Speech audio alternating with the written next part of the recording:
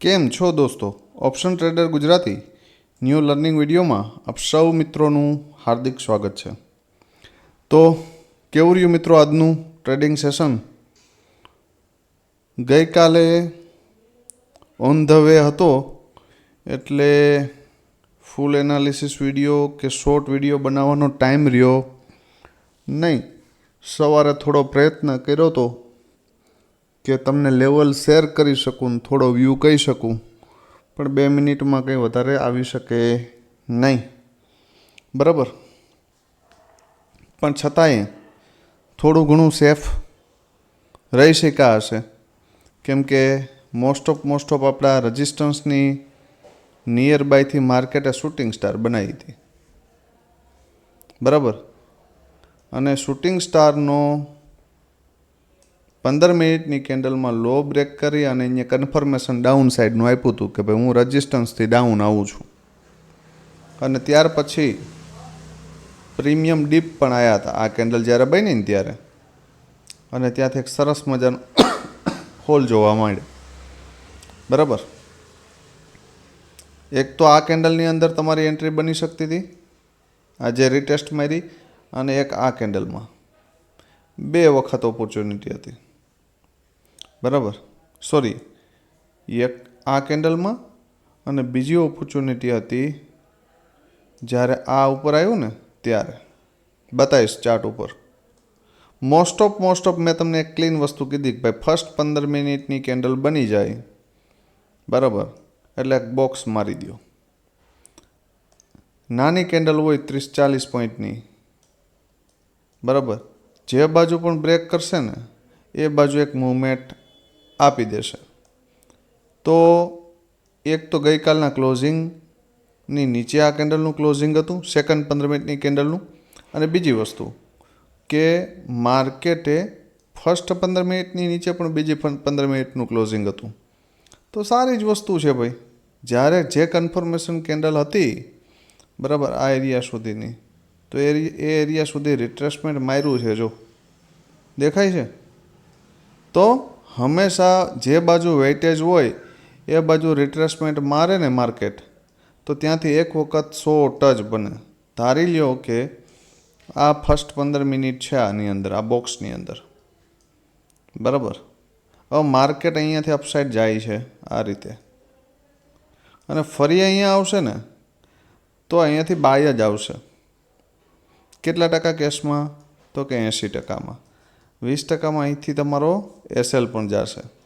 પણ એસએલ આપવાથી ક્યારેય બીવું નહીં, ક્યારેય ડરવાનું નહીં ભાઈ. એસએલ શું કામ ના આપીએ? દેવા જ બેઠા છે, ક્લીન જ કહેવાનું. જે એક મિત્રનો ફોન ચાલુ હતો જ્યારે આ મૂવમેન્ટ આવી ત્યારે, અને મેં એને ચાલુ કેન્ડલમાં સેલની પોઝિશન એક્ટિવ કરાવી હતી. લગભગ 24,650ના પીમાં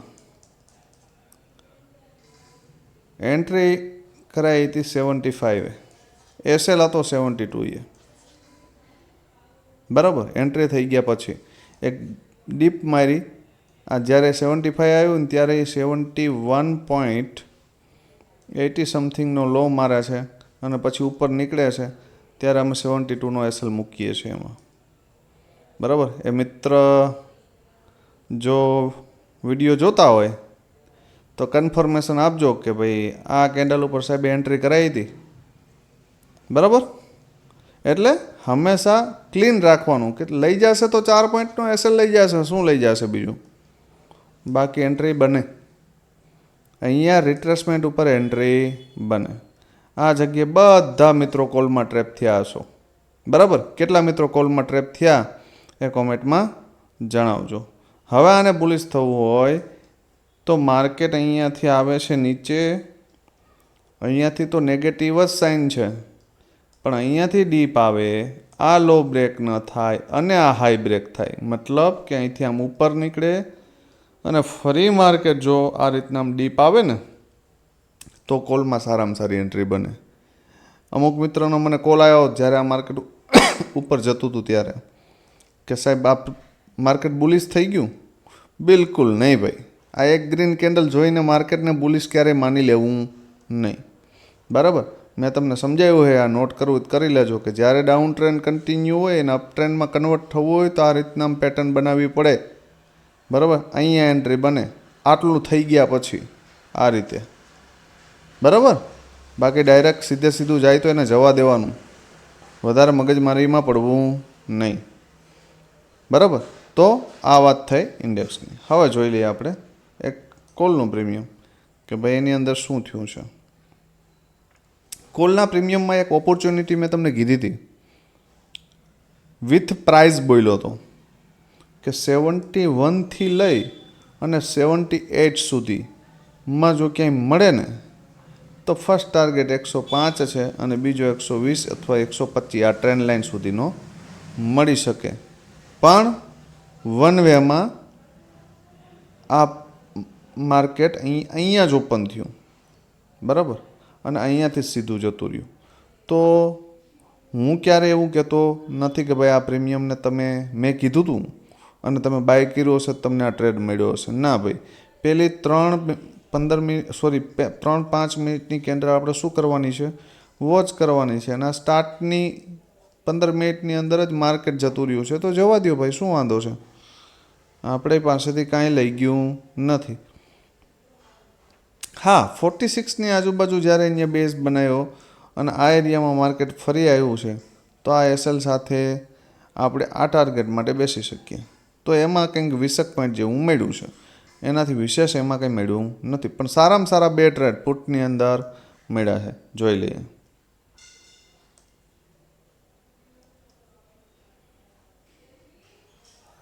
હવે સૌથી પહેલો ટ્રેડ તો આપણે ક્યાં મળ્યો છે તો કે ભાઈ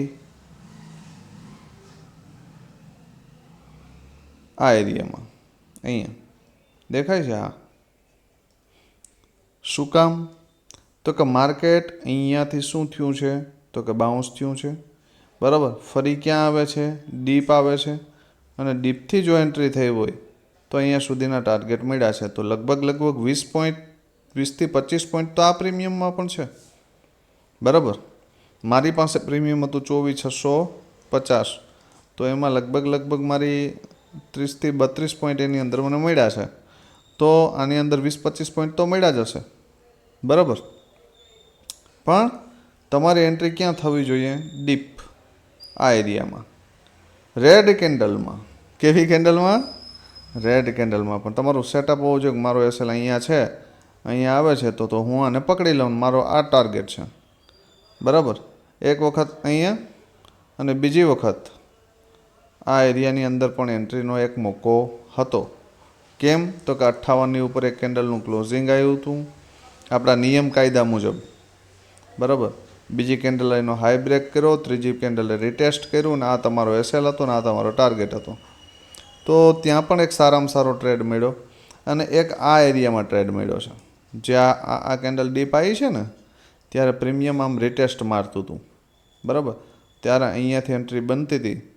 બરાબર, અને જો અહીંયાથી તમને કદાચ કન્ફર્મેશન ન હોય મારી જેમ, મારી પાસે તો હતું એટલે મેં લીધું હતું, પણ તમારી પાસે ન હોય તો આ કેન્ડલનું ક્લોઝિંગ આવ્યું પછી તો આપણે માની શકાય કે ભાઈ આ ઉપર જશે તો આટલું ક્લીન છે કે ભાઈ ચલો અહીંયા તો આપણે એન્ટ્રી નથી કરવી, પણ આ લોની નજીક ક્યાંક મળી જાય તો નાના એવા સ્ટોપ લોસથી આપણે આમાં ટ્રાય કરશું. તો અહીંયા પણ એક સારામાં સારી ઓપોર્ચ્યુનિટી હતી. જ્યારે માર્કેટ આ એરિયાની અંદર ટાઈમ પાસ કરતું હતું, આ એરિયામાં, બરાબર, ત્યારે પણ મેં તમને એક મેસેજ શેર કર્યો હતો. અહીંયા ગ્રીન કેન્ડલ બંધ હતી ત્યારે મેસેજ શેર કર્યો હતો કે જો પુટનું પ્રીમિયમ થોડું ડીપ આવે તો 2-3 પોઈન્ટના એસએલથી ટ્રાય કરી શકાય, બાકી બીજું કશું છે નહીં. અને ત્યારે આ પ્રીમિયમ ડીપ પણ આવ્યું છે. જો આપણો એસએલ આ છે 58. બરાબર, તો હંમેશા માર્કેટના ટ્રેન્ડની સાથે રહેવું, નહીં કે ટ્રેન્ડની વિરુદ્ધ. બરાબર, સમજાય એને વંદન. બરાબર, હવે જોઈ લ્યો આવતીકાલે શું થઈ શકે. આવતીકાલે જો ભાઈ નિફ્ટીની એક્સપાયરી છે. બરાબર, બીજી વસ્તુ કે ટ્રમ્પ સાહેબ, આપણા જે અમેરિકાના રાષ્ટ્રપતિ છે, એ મજા આવે ત્યારે મજા આવે એમ બોલે છે. એટલે ક્યારે શું થાય, કઈ બાજુ બ્લાસ્ટ થાય એનો કોઈ આઈડિયા છે નહીં. એટલે મારી પર્સનલ સલાહ છે કે ઓવરનાઇટ પોઝિશન થોડો ટાઈમ કોઈએ હોલ્ડ ના રાખવી. ભૂલથી પણ રાખી લેશો ને તમે પુટમાં બેઠા હશો અને જો એ પોઝિટિવ બોલી જશે તો 200 પોઈન્ટ ગેપઅપ ખુલશે. નેગેટિવ તમે કોલમાં બેઠા છો ને એ નેગેટિવ બોલી ગયો ભૂલમાં તો 200 પોઈન્ટ ગેપ ડાઉન ખુલશે. બરાબર. એટલે બને ત્યાં સુધી રાત્રે સારી નીંદર આવે એવું કરવાનું, વધારે મગજમારીમાં પડવાનું નહીં. હવે મહત્ત્વના 2 લેવલ મને જ્યાં સુધી લાગે છે ત્યાં સુધી માર્કેટની અંદર આવતીકાલે વન સાઇડેડ મૂવમેન્ટ મળી શકે. કેવી કે ધારો કે આને બ્રેક કર્યું તો આ બાજુ અને આને બ્રેક કર્યું તો અહીંયા સુધી આ બાજુ. હા, પછી ભલે અહીંયાથી રિટર્ન થાય પણ એક બાજુ સારી એવી મૂવમેન્ટ મળી શકે જે પ્રમાણેનું સ્ટ્રક્ચર છે એ મુજબ. બરાબર. પણ કન્ડિશન એટલી કે એ ટ્રેડને તમે હોલ્ડ ક્યારે રાખી શકો. ધારો કે સેલિંગ સાઇડ માટેનો તમારો વ્યૂ હોય તો અહીંયાથી તમારું સેલિંગ થયેલું હોવું જોઈએ, મતલબ પુટ લીધેલો હોવો જોઈએ. માર્કેટ આ એરિયામાંથી રિજેક્શન લેતું હોય ત્યારે. બરાબર. અને પછી આને બ્રેક કરી દઈને તો આ 2 લેવલ જોવા મળી શકે. તો એક જેકપોટ ટ્રેડ અહીંયાથી અહીંયા સુધીનું મળી શકે. બાઇંગ માટેનો ધારી લ્યો કે થોડુંક ગેપઅપ ઓપન થાય, માર્કેટ અહીંયા આવે ને અહીંયા સપોર્ટ લેતું દેખાય. બરાબર. તો અહીંયાથી એન્ટ્રી કરી શકાય. ક્યાં સુધી? ફર્સ્ટ ટાર્ગેટ તો આ જ 615 આવે એટલે એક વખત તો જે સ્કેલ્પિંગમાં મળે છે લઈને નીકળી જાઓ. ફરી આને બ્રેક કરે, ફરી ડીપ આવે તો પાછી એન્ટ્રી કરો અને આ ટાર્ગેટ માટે બેસો. ફરી અહીંથી ઉપર જાય આને બ્રેક કરે, ફરી ડીપ આવે તો અહીંયાથી પાછી એન્ટ્રી કરો. બરાબર. અને આ ટાર્ગેટ માટે બેસો. આ રીતે કરાય. બરાબર. એટલે જેથી કરીને તમે તમારા પ્રોફિટને પણ સેફ રાખી શકો અને તમારા સ્ટોપ લોસ પણ ના આવે. બરાબર. અને સીધું જતું રહે તો એને કહેવાનું કે તું જા ભાઈ, મારે તારું કોઈ કામ છે નહીં. અપસાઇડ માટે સ્ટ્રોંગલી વિચારવા માટે 24,615 આની ઉપર જશે તો 60થી 70 પોઈન્ટ એટલે કે 24,670 સુધી કન્ફર્મ જઈ શકે. અને આની ઉપર નીકળે તો 24,728. આ માર્કેટ માટે સ્ટ્રોંગ રજિસ્ટન્સ છે, યાદ રાખજો. બરાબર. આને બ્રેક કર્યા પછી 814 અને 900 સુધી માર્કેટ જઈ શકે, એમાં કોઈ મોટી વાત છે નહીં. પણ 24,728ને બ્રેક કરવું પડે. ડાઉન સાઇડ 24,553 આ લેવલને બ્રેક કરશે એટલે 24,503 અને 24,448 આ 2 લેવલ ડાઉનમાં જોવા મળી શકે. કેવી રીતે? Step by step. Down, retest, down, આ રીતે. બરાબર. આ રીતે થઈ શકે. તો આ લેવલ બ્રેક થશે 448 તો 386 અને 303 આ બંને લેવલ જોવા મળી શકે. બ્લાસ્ટ નેગેટિવિટી આવશે આની નીચે.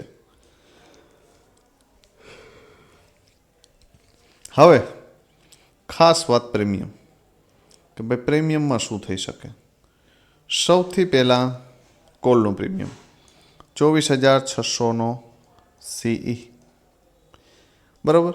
આ પ્રીમિયમ પાસે એક જ ખાવા પીવાનો સપોર્ટ છે. સપોર્ટ કહું તો સપોર્ટ ને બેઝ કહું તો બેઝ 50. બરાબર. જો માર્કેટની અંદર તમારે કોઈ રિવર્સલ જોતી હોય તો માર્કેટને ફરજિયાત 50થી લઈ અને 84 સુધી જવું પડે. અને 84ની ઉપર એક કેન્ડલનું ક્લોઝિંગ આવે અને ફરી જો આ માર્કેટ અહીંયા ડીપ મળે, બરાબર, તો એક ઓપોર્ચ્યુનિટી છે. અહીંયાથી એક્ટિવ થાય ટ્રેડ અને 84ને બ્રેક કરી દે તો 140 સુધી બલિદાન દઈ શકાય. 3x 50 વાળો પ્રીમિયમ ક્યાં? તો કે 139. અને આની ઉપર નીકળે તો 203. અહીંયા સુધીના ટાર્ગેટ મને દેખાય છે. જો મોર્નિંગમાં માર્કેટ મેં કીધું એ પેટર્નથી બ્રેકઆઉટ કરે તો. બરાબર.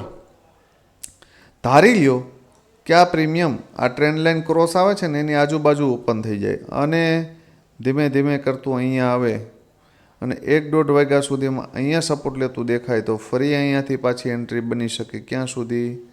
અહીંયા સુધી. અને આ ટ્રેન્ડ લાઇન બ્રેક કરે તો ફરી એના એ જ ટાર્ગેટ. બરાબર.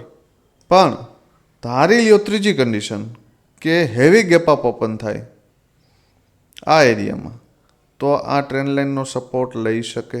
યાદ રાખજો. બરાબર. અને અહીંયા સપોર્ટ લેતું દેખાય અને 140ની ઉપર નીકળી જાય તો 203 અને 280 કન્ફર્મ જોવા મળી શકે. અને એની ઉપર જશે તો 352. બરાબર. પણ આવી કન્ડિશન, ત્રીજી કન્ડિશનની શક્યતા બહુ ઓછી છે. એમ ધારી લ્યો કે આ પ્રીમિયમ 50ની નીચે જતું રહ્યું તો આપણે આને ભૂલી જશું. ડાયરેક્ટ ન ભૂલાય તો હપ્તે ભૂલી જશું. હવે જોઈ લ્યો પીઈનું પ્રીમિયમ કે ભાઈ એમાં શું થઈ શકે પીઈની અંદર. હવે પીઈ માટે મહત્ત્વની આ રેન્જ છે. બરાબર. માર્કેટે આ એરિયામાં ખૂબ ટાઈમ પાસ કર્યો છે. ખૂબ એટલે ખૂબ ટાઈમ પાસ. આ રીતે એક ટ્રેન્ડ લાઇન મારી લેજો. જો માર્કેટ 71ની ઉપર નીકળે, 99એ જાય અને ફરી જો 71ની આજુબાજુ દેખાય તો એક એન્ટ્રી બની શકે. 99ને બ્રેક કરી દે તો 140 અને 160 સુધીના ટાર્ગેટ મળી શકે. આ પહેલી કન્ડિશન. બરાબર. ધારી લ્યો કે આ પ્રીમિયમ ફરી અહીંયા ડીપ મળે 38ની આજુબાજુ અથવા તો 25ની આજુબાજુ. બરાબર. અને અહીંયા સપોર્ટ લેતું દેખાય અને 38ને બ્રેક કરી દે તો 71 સુધી જઈ શકે અને એનાથી ઉપર જાય તો 99. બરાબર. 4x.